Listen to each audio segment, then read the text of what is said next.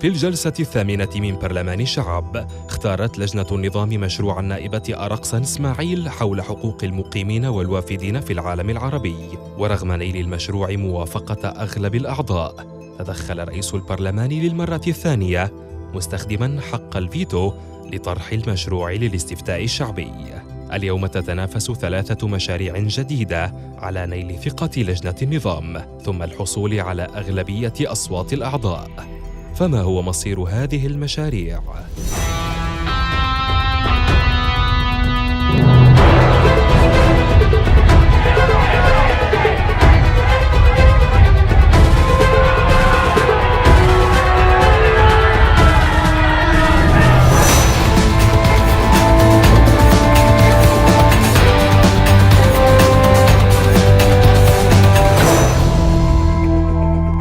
برلمان الشعب، الجلسة التاسعة.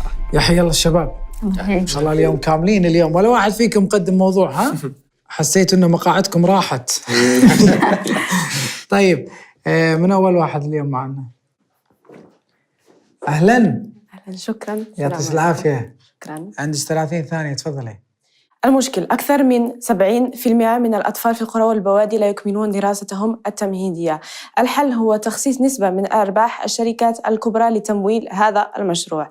الحملة الإعلامية تسليط الضوء على هذه المعضلة من خلال حملة دعائية مكثفة على التلفزيون ومواقع التواصل الاجتماعي، ومن ثم دعم الشركات المساهمة مادياً إعلامياً في إطار المسؤولية المجتمعية لهذه الشركات. الله يعطيك العافيه. يعني انه ترويج للشركات الاعلاميه مقابل انهم يخصصوا جزء من الارباح لهذا ليس ترويج للشركات الإعلامية، لا. الحل هو مشاركة الشركات الكبرى، تخصيص جزء من مداخلها من أجل تمويل تمدرس الأطفال. يعني هناك مؤشر اسمه آيزو، الكثير من الشركات تتسابق لأخذ هذا المعيار، هو مؤشر مهم جدا بالنسبة للشركات. إذا تفاهمنا مع هذه الشركات على دعم الأطفال المتمدرسين في العالم القروي، يعني هذا المؤشر سيزداد. ومن خلال يعني نحن كجمعية كطرف مساهم في حل هذا المشكل، سنقوم بحملة دعائية يعني بدعم هذه الشركات يعني معنويا على مواقعنا. تمام. عويضة. طيب يا فرح، أنا الحين اعتبريني أنا صاحب شركة، عاوزك تقنعيني إنه أنا كيف حأربح وإنتوا إيش اللي حتستفيدوا من الحملة أو الأطفال اللي في البوادي. التعليم هو من أكثر المشاكل التي تهدد سواء الحكومات أو المجتمع، لذلك أعتقد أنه ورقة رابحة. إذا أقنعت شركة يعني بتبنيه سيكون شيئا رائعا لنا نحن كمجتمع مدني ولهم. تمام جميلة. إيش اللي بيخليهم يحتاج إنه أشارك معاكي؟ تقنعيني أنا كمدير شركة كيف أشارك معاكي يا فرح في إني أدعم هذا الطلاب الدارسين؟ أنا كفاعلة جمعوية لدي الكثير من التجارب في ميدان التعليم بالخصوص، وأؤكد لك أن في الكثير من الأحيان تأتينا شركات كبرى ذات رأس مال كبير جدا وتطلب منا أن نقدم لها موضوعا حول التعليم لدعمه في الكثير من الأحيان. لذلك أعتقد أن هذا المشروع لن يتطلب الكثير من الجهد لإقناع أصحاب الشركات بتبنيه. طيب، هل لديك نية لأن توجهي الحملة للضغط فقط على نظام الآيزو حتى يجبر هو بدوره الشركات وغيرها من المؤسسات بتخصيص ميزانية لهذه المدارس وهذه القرى اللي ما فيها مدارس؟ يعني في الأول التواصل مع الشركات، وفي نفس الوقت تواصل مع نظام الآيزو من أجل إدراج هذا المؤشر. والشركات هي من ستمول لبناء مدارس؟ نعم. تمام. شكرا فرح. العفو، شكرا لك. التعليم بالنسبة لي هو القضية الأم. إذا لم نتبنى التعليم فماذا سنتبنى؟ مشكلة 22 دولة في الدولة العربية كلها تتذيل الترتيب تقريباً في التعليم. إن نحن كبرلمان عربي لم نتكلم عن التعليم، عن ماذا نتكلم؟ أهلاً يسرى. سلامة. يسرى هذه المرة الثالثة. إيه. عندنا مثل الثالثة ثابتة. إذا ما نجحتي خلاص ما راح نستقبلك في لجنة النظام خلاص. إيه. عندك 30 ثانية، تفضلي.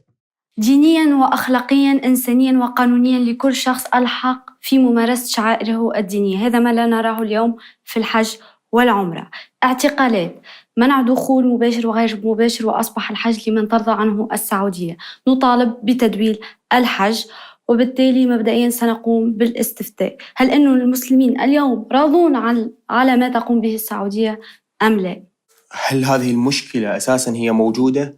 وإذا كانت موجودة فهل هي حالة أم مشكلة كبيرة طبقت على كثير من الدول وكثير من الحالات؟ بالنسبة للمشكلة موجودة، يعني تم منع العديد من الجنسيات، وأيضاً أنه المشكلة هذه ليست منع فقط. فما مثلاً ناخذوا 2 من ضباط شرطة تابعين للحكومة الوفاق الليبية تم اعتقالهم بعد قيامهم بمناسك الحج. أني اليوم يمكن بعد كلامي هذا نكون ممنوع من أن يكون في الحج أو العمرة يعني. فبالتالي المشكل لا يمس دولة واحدة. جميلة. احنا فاهمين الموضوع كبير واعتقد حصل عليه جدل اكثر من مره. تعتقدوا بس مجرد حمله الاستفتاء هذه تكون كافيه يعني؟ لا، نحن كلجنة فكرنا في العديد من الحلول، لكن مبدئياً نفكر في الاستفتاء كبداية يعني، وبعد ذلك نشوفوا حلول أخرى. بما أنه تعرفوا ضغط الوقت، فهناك حلول أخرى ستكون إن شاء الله.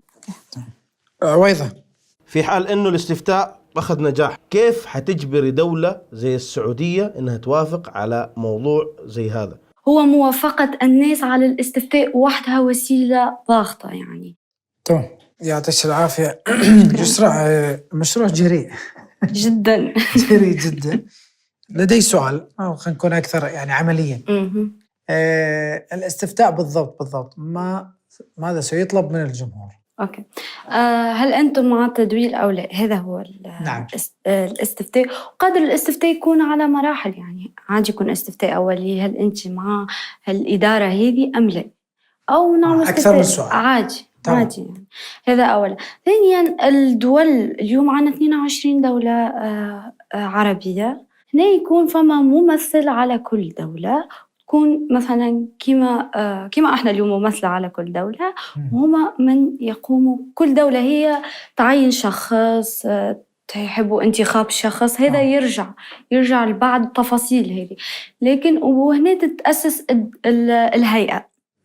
الهيئة اللي هي باش تدير الحج. وهنا تخيل إنه كل دولة عندها ممثل، يعني كل حاج عنده شخص يمثل. طيب، ماذا عن الدول غير الناطقة بالعربية؟ هذه الحملة ستكون في اللغة العربية، وهناك دول إسلامية لا تتكلم العربية. فالحملة هذه ما تشملهم، فالاستفتاء بالتالي لا يشمل كل الدول العربية. لا، عادي إنه نقدموا بأكثر من لغة، من المشكلة. جميل، شكرا لك. عفواً. بالتوفيق. بالنسبة للموضوع اليوم كان جريء، ليس إنه إني نتقمص في دور حتى نكون أو نظهر جرأتي. موضوع قادر يعرض حياتي للخطر، فبالتالي ما نتصورش، وحتى شخص ما قادر يتصور إنه هذا فقط لإثبات جرأة، بقدر ما هو تبني كامل للموضوع. أهلاً علاء. أهلاً فيك. حياك الله. أهلاً فيك. عندك 30 ثانية، تفضلي.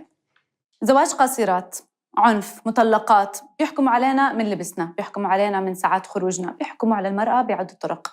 الحل العرض المشاكل على الشاشة، لأنه جزء من المشكلة اللي هي نقص التوعية. كيف شركات إنتاج تكون مجبورة بحملة إعلامية ذكية على إنتاج فيلم واحد سنوياً يدخل في مهرجان أفلام اسمه عجلة أفلام، يتحدث عن هذه القضايا. الجائزة من رؤوس أعمال شركات كبيرة تمول الجائزة. ماذا استفادت النساء المعنفات؟ تضخ هذه الأموال إلى الجمعيات. طيب، الآن الحل المقترح للمشكلة مهرجان أفلام أو صناعة أفلام أو إيش بالضبط؟ جميل. هي عدة مراحل. نصنع الفيلم ليشارك في هذا المهرجان، ليكون محفز لشركات الإنتاج على المنافسة بجودة عالية جداً، ومن بعد يتم اختيار عدة جوائز. هذه الجوائز أصحابها الذين يربحون الأموال، جزء من هذا الربح يذهب للجمعيات الحقوقية في كل بلد التي تعنى في شؤون المرأة حسب الفيلم على ماذا يركز. تركز على العنف، تذهب إلى جمعيات متعلقة بهذا الموضوع. تركز على زواج القصيرات، وهكذا. أنتوا تعرفين كل الزين باعتبار تخصصك أن المهرجانات الدولية عادة تتطلب ميزانيات هائلة جدا، وأنت تنطلقين من نسخة أولى. في النسخة الأولى طبيعي جدا أنه ما تحصلين على رعاة. فكيف ممكن تنظمين مهرجان دولي بلجنة تحكيم عالية والحصول أو تشجيع شركات إنتاج فخمة على إنتاج أفلام بهذه المواضيع؟ حتتفاجأ لما أحكي لك إنه المهرجانات اللي على مستوى دولة واحدة ميزانيتها غير مرتفعة هي عبارة عن شراكات، ولكن تحتاج فريق ذكي يربط بهدف الشركات، لماذا أشارك في هذا المهرجان، كيفية تشجيع شركات الإنتاج على المشاركة في هذا، فهي فقط عبارة عن حملة تسويقية للتشجيع، لا تحتاج لميزانية ضخمة. شكراً. جميل. عفواً.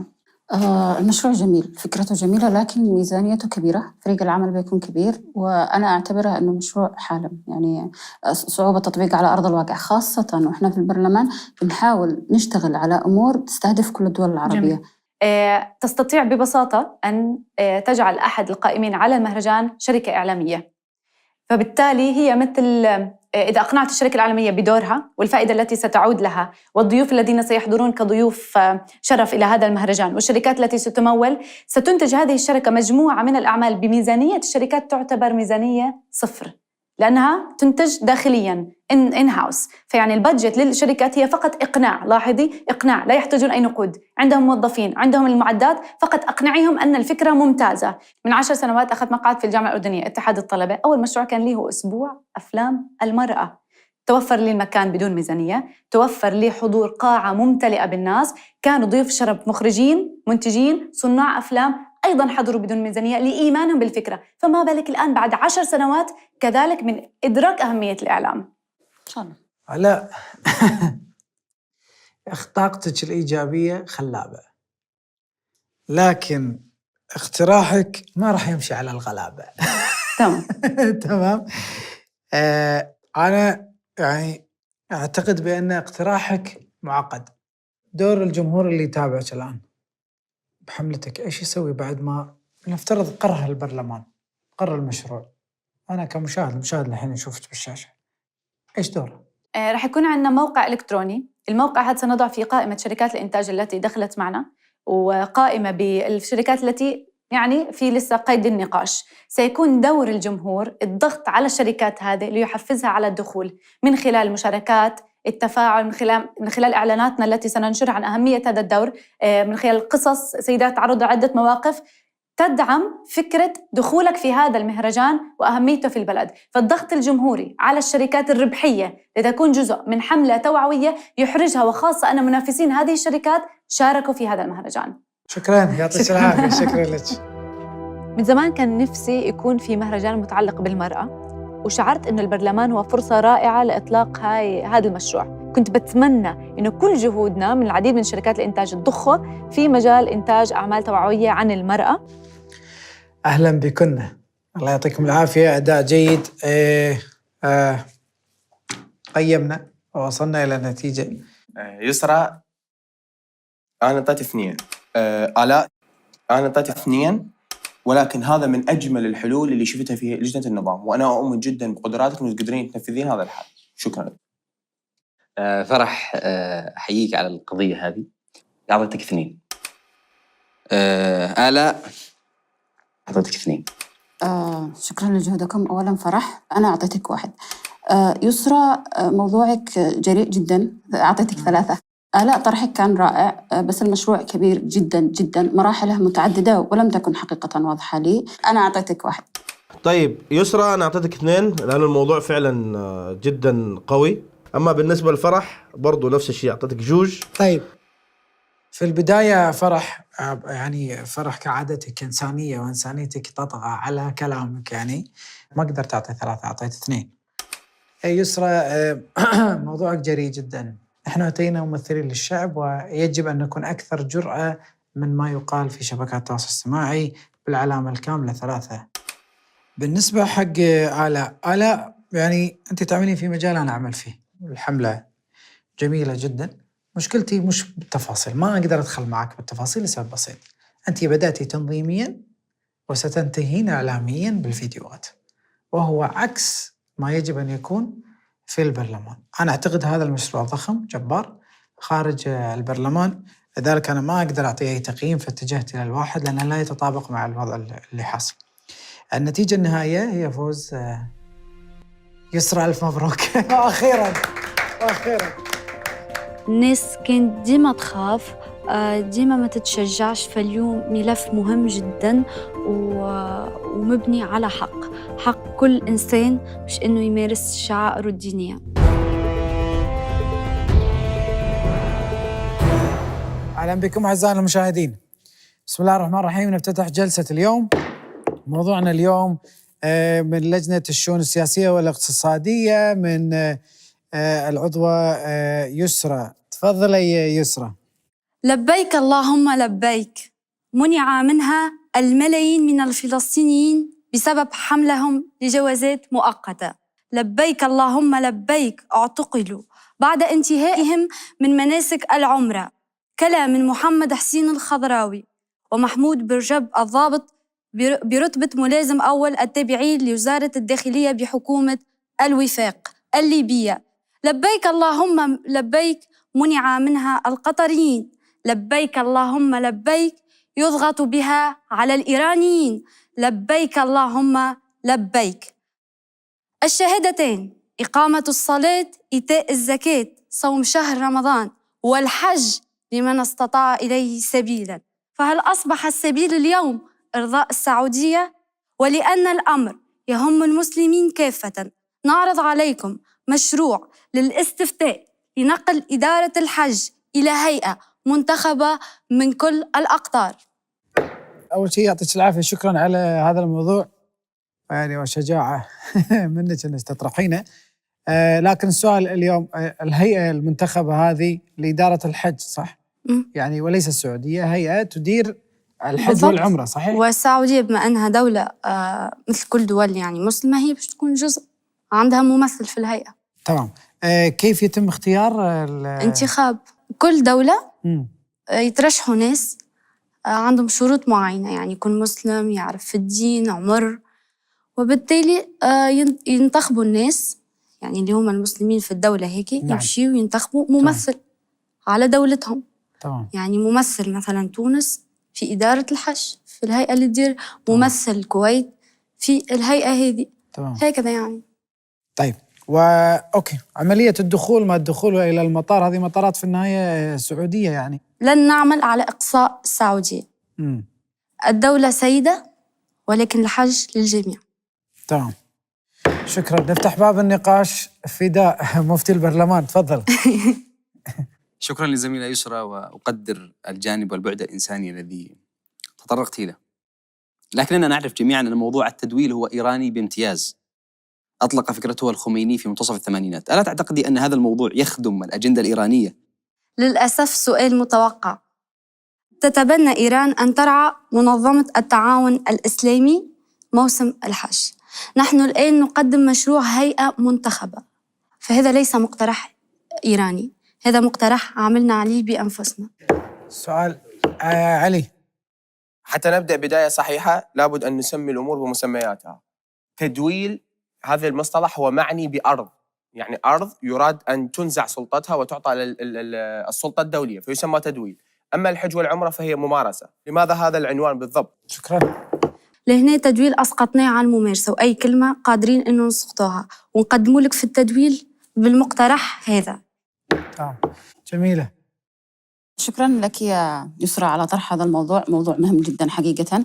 وأنا أعتقد أنه قبل الفكرة نفسها يعني إحنا كمسلمين من حقنا أنه أقدر أسافر في أي لحظة أحج بدون أي تعقيدات سياسية وما إلى ذلك. ما نكونش نأطر أنه مجرد ما جبنا مقترح لا أنه يخدم أجندات سياسية ونضيع الحق اللي إحنا بنبحث عنه. وأيضاً أقترح أنه يكون أعضاء البرلمان أعضاء الهيئة ينتخبوا من قبل البرلمان، لأنه أعتقد أنت عملتي الموضوع معقد أنه كل الناس ينتخبوا الأعضاء هذا. وشكرا. احنا نسعى أنه لأنه البرلمان قد يكون اليوم نشوف التدخل بعض البلدان في الأخرى وأنت تعرف، فبالتالي البرلمان قد يكون نفسه يخدم أجندة معينة. نحن نريد الشعب يمثل نفسه. جميل. فرح تفضلي. شكرا يسرى بزاف على الموضوع، موضوع مهم جدا.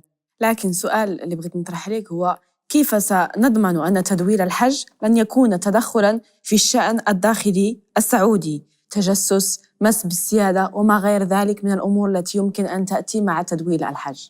نحن قمنا بتقسيم كل الأدوار. الأمن سيبقى تحت السعودية، الدور الأمني، لكن مع مراقبة شديدة من هيئة مراقبة. جميل. مهيتاب الكلمة لك. يسرى، عندي سؤال. ازاي هتخلي السعودية توافق على الموضوع ده؟ ايه خطتك؟ شكراً على السؤال مهتاب، لكن أتمنى أنك سمعت أنه المشروع استفتاء، فبالتالي مبدئياً نحن نعمل على الاستفتاء. طيب ايش الهدف يسرى؟ عندي سؤال، ايش الهدف ان انت توجهتي الى استفتاء قبل ان تقدمي مشروع معين؟ يعني انت قدمتي مشروع ولم تقولي هيا نقوم بحملة يعني بهرجة ودعم هذا المشروع. عملتي مشروع ولكن عرضتيه للاستفتاء، ما السبب؟ هناك سبب مهم هو عدم توجيه الرأي العام. لن نوجه أحد، الكل يعرف الحقائق والكل سيتم استفتاؤه بناء على هذه الحقائق. حجيتي من قبل يسرى؟ لا، ولن أحج بعد هال5 دقائق. تمام. علي. لا أعتقد أنني أستمع إلى إجابات منطقية أو خلينا نقول على الأقل قانونية، ولا حتى المشاهد وبإمكانه أن يميز ذلك. بمجرد تقول تدويل أنت تهاجم الدولة من حيث لا تدري. كنا قد نتفق مع توزيع السلطة، إشراك الدول الأخرى في السلطة، ولكن لا ندخل بطريقة هجومية قد تشي للمقابل أنني قطري، إيراني، يمني أو سوري أو حتى بهذه الجنسيات. إذا كان هذا الكلام غير منطقي غير قانوني حسب المشاهد، فلا أعلم إن كان ما قلته هو المنطقي. نحن اليوم نتبناه مشروع لصالح الجميع، لا لصالح قطر ولا لصالح إيران، فبالتالي ما نشوفش إنه استعمال نفس الكلمة. يعني إذا القطري يقول السلام عليكم أني فقط ما عادش نقول السلام. لا ما خلاص نستخدم شالوم. مغالطة هذه. صالح تفضل. رأيي مش سؤال. الله سبحانه وتعالى قال في كتابه العزيز: أجعلكم سقاية الحاج وعمارة المسجد الحرام كمن آمن بالله واليوم الآخر. لا سيادة على بيت الله إلا لله سبحانه وتعالى. أرى أن المشروع وما يقدم ليس هجوم على أي بلد ولا على سيادة أي بلد، لكنه حفاظاً على الشريعة الأكبر وبيت الله العتيق. شكراً. محمد عويضة تفضل. أنا بقترح إنه يسرى تضيف على إنه كل دولة زي ما في السعودية في وزير للحج، يكون في كل دولة إسلامية وزير للحج، هو مسؤول عن تنسيق الأمور ما بين الدول الإسلامية مع بعض. وبالإضافة إنه حتى يحموا الحجاج والمعتمرين حتى من النصب اللي قاعد يصير عليهم. فعلى أساس الموضوع إنه ما يكون بس إنه والله سيادة الكعبة تكون لدول المسلمين جميعا، أيضا برضو في نفس الوقت يكون في حماية للحجاج والمعتمرين. هو بالضبط باش يكون في كل دولة فما ممثل في الهيئة، وباش يكون بطبيعة في وزارة تكون تابعة لكل دولة، وهي اللي حتى بالنسبة للتمويل ناخذ نسبة معينة من كل دولة. يعني عبارة استراتيجية الزكاة، إنه ناخذ نسبة معينة من كل دولة باش نديروا الميزانية متاع الحج. حلو استراتيجية الزكاة. عندنا 17 مفتي في البرلمان بيقول لا يجوز. لا يجوز. مفتي رقم 1 تفضل فداء. يسرى، قلتي أنك لا تسعي لتوجيه الرأي العام، أنه فقط مجرد استفتاء، لكن من خلال عرضك قمتي بذكر المخالفات والانتهاكات الإنسانية. اسمح لي فداء مداخلة. يعني أنت لجنتك أنت وصالح والطالب أغلبية. نعم. معارضينها اليوم، بس كيف نجحتوا الموضوع هذا؟ هي ديمقراطية. هذه هي ديمقراطية. لجنتنا لا ما في ديمقراطية، هذه الأغلبية، أغلبيتكم معارضين. نراعي حق الأقلية يا سيد الرئيس. فأنتم معطين حق الأقلية. طبعا. الله يعطيكم العافية. شكرا. صفقوا يا شباب. خايفين لا تهديد الحقيقة. خايفين مني. طيب أعيد السؤال. طيب بس شجاعة منكم أن تعطون الأقلية حق الحديث. يعني شكرا لك فداء. تفضل. قلتي في البداية أنك لا تسعي لتوجيه الرأي العام، لكنك قمت بذكر المخالفات والانتهاكات الإنسانية التي قام بها النظام السعودي، وأغفلت الجهود الناجحة التي تقوم بها السعودية في تنظيم وإدارة الحج. وهذا يعني كيف تدعين الحيادية؟ الجهود الناجحة الجميع يعرفها، وكل إعلام ليل الصباح يحكي عليها. الانتهاكات هي اللي فما تعتيم عليها، بالتالي نحن اليوم نحبوا نكشفوا اللي الناس ما تعرفوش، وهذا نقطة من بحر. مفتي 2 ولا 3؟ اختار واحد. مفتي 2 تفضل. هل من الممكن أن تحدثينا عن الهيئة وآلية عملها وكيفية مراقبتها؟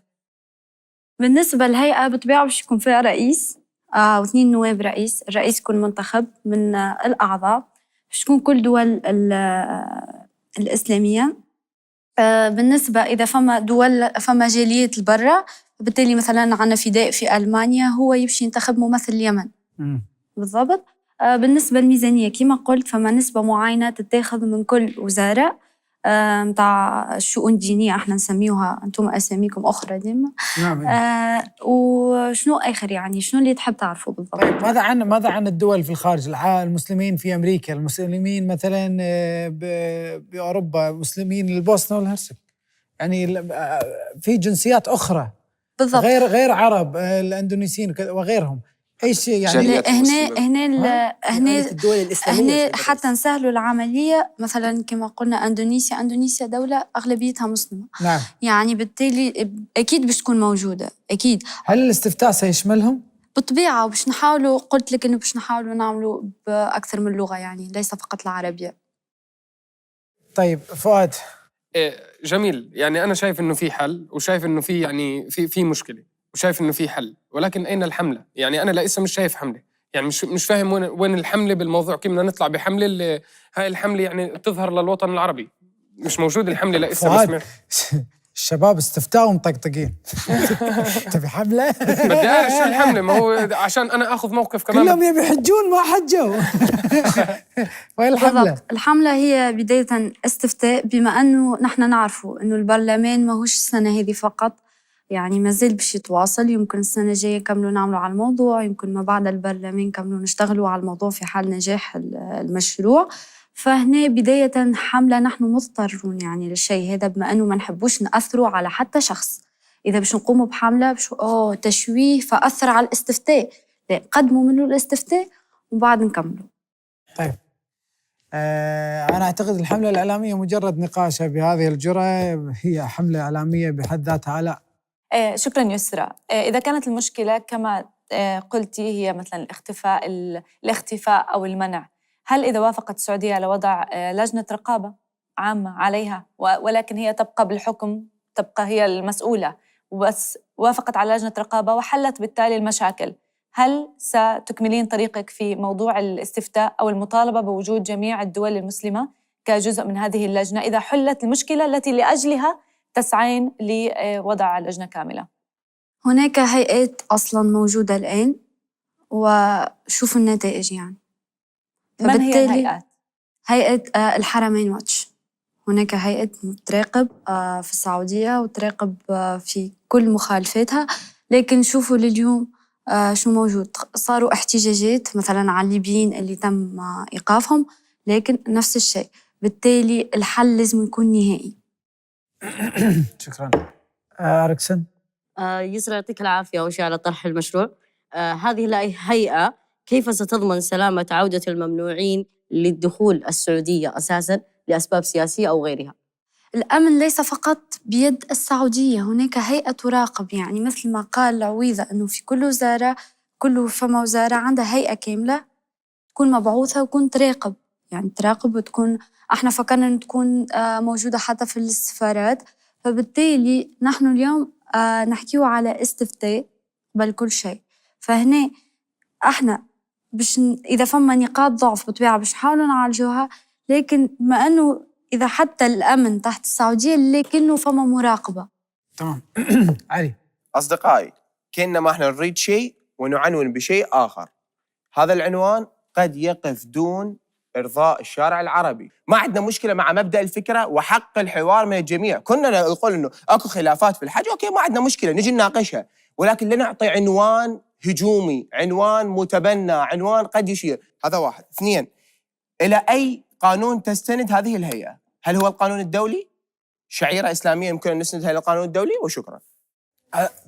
القدس كبرها راحت منه بسبب القانون الدولي، بس عشان نكون بالصورة. وهو لذلك كان جاي أسير نفس السؤال. أولاً بالنسبة للمقترحات قدر أنه تعطي اقتراحاتك، يعني شنو الاسم اللي بالنسبة لك غير متبنى. ثانياً بالنسبة للقانون، هي الهيئة باش تكون قادرة أنها تشرع، لكن مع احترام القوانين الكبرى في السعودية. يعني عندها قدرة أنها تشرع فيما يخص إدارة الحج، لأن فما حاجات وفما معاهدات اللي هي دولية الناس الكل مضطرة أنها تحترمها، وإذا ما احترمتهاش تتعاقب، وذي معروف يعني. بالنسبة للهيئة هي زادة باش تشرع، باش تعطي أوامر بما يخص إدارة الحج. فهنا إدارة الحج باش ترجع للهيئة.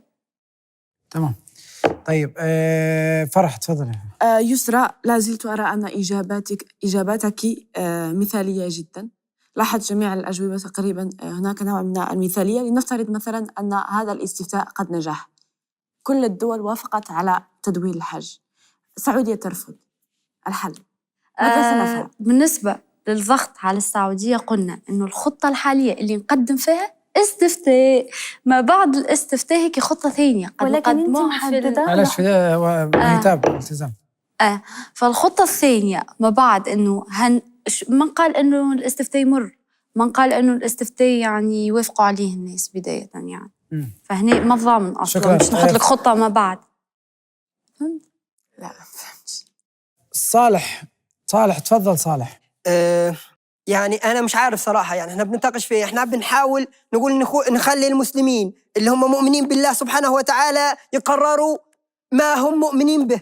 ما الخطأ في هذا الأمر؟ لا مصيبة الاستفتاء، هذا تدخل السؤال بس مثالي خايفين نسأل.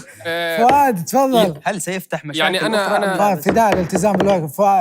فؤاد تفضل. عن نفسي بشوف المشروع رهيب، يعني خرافي، كلنا عمالين ندور عليه وكلياتنا بدنا إياه، بس أعطيني أشياء أفهمها. أنا لسه مش فاهم إشي، أنا لسه عم تحكوا، أنا مش فاهم، مش مستوعب شو عم تحكوا. أوكي بدي إشي أستوعبه. كل اللي صار مش مستوعب إشي. كل اللي صار هذا ما فهمت شيء. يعني عم تحكوا بس فيش حلول، أقسم بالله فيش حلول، يعني فيش حل اللي أنا أحط إيدي عليه وأفهم هذا الحل كيف بده يمشي. السؤال أني قاعدة نكرر إنه المشروع استفتاء، يعني استفتاء، ونفس السؤال يتعاود ما الخطة التي بعد. نحن اليوم قادمين مشروع استفتاء، فبش تصوتوا هل أنتم مع أنه يتم الاستفتاء أم لا؟ السؤال يسرى، هل ممكن بالاستفتاء أن تضيفين للجمهور أكثر من خيار؟ شكراً. ما هو التحرك القادم؟ شكراً. والله ايه بالضبط. في حال التأييد ما هو التحرك؟ وثاني شيء حتى الاستفتاء هو باش يكون هل أنت بعد كل هالانتهاكات راضي؟ احنا حكينا في لجنة النظام انه اكثر من استفتاء باش يكون، مش استفتاء اكثر من سؤال قصدك. اكثر من سؤال. لكن لهنا هل انه السؤال الاول، هل انت راضي بعد كل هالانتهاكات هذه على انه السعودية تكمل إدارة ام لا؟ ليس هل انت راضي على انتقال هالهيئة ام لا؟ طيب يسرى، هل في نية للتعديل؟ فقط نحن الاستفتاء يعني باش يكون في خيارات، هذا اللي حبيت نوضح. في تعديل ولا ما في تعديل أو نحيله للتصويت؟ خلينا نعدلوا، نشوفوا مقترحات الاسم ونشوفوا إذا ترفع الجلسة مؤقتة لتعديلات يسرى. شكرا لكم.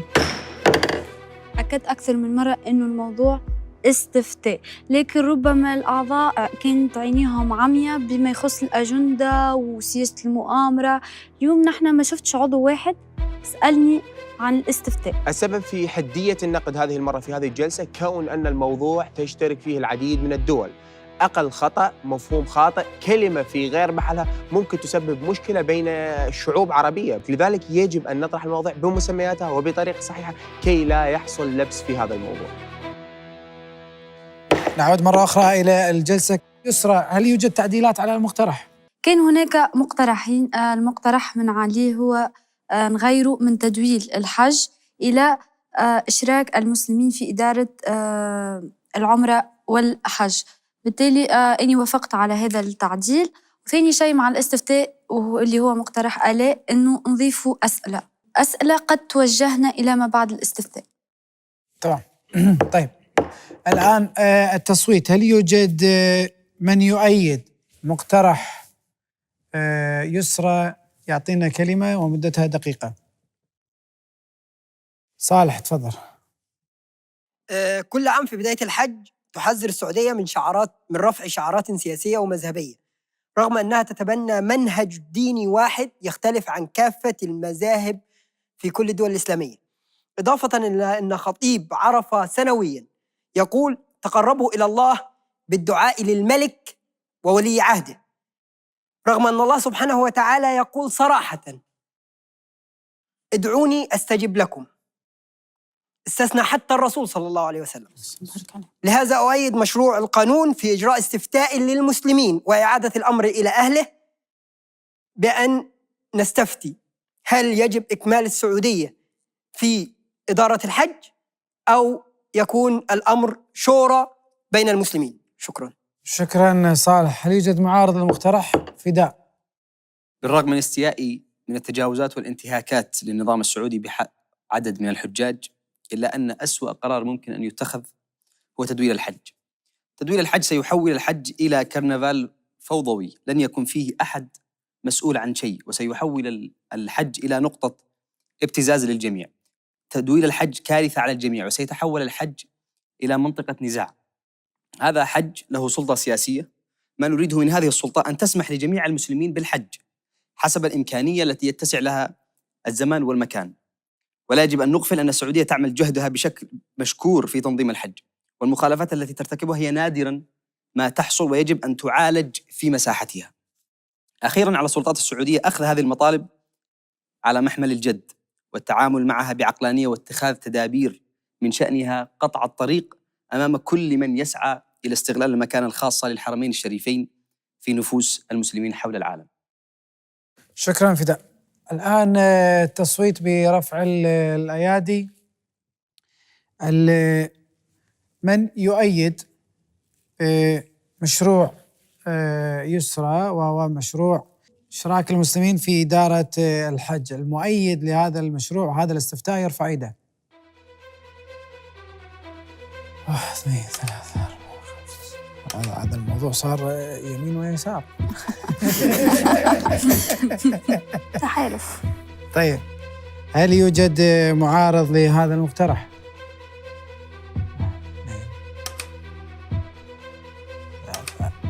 3 معارضين. ممتنع؟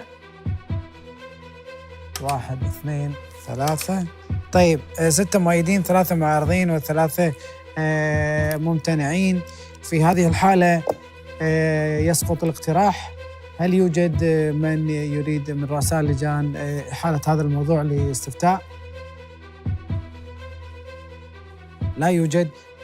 لا أعتقد أنه شعيب كان منحاز بالجلسة، وأعتقد أنه قام بخطوة أنا شخصياً أحترمها وأقدرها تقدير تام، وهو عدم استخدام حق الفيتو. وهذا يعني قمة الديمقراطية. لا، ما اعتادت أن أمدح شخص، ولكن كفعل شعيب لم يستخدم الفيتو، هذا قرار أحترمه جداً ويعتبر ديمقراطي حقيقي.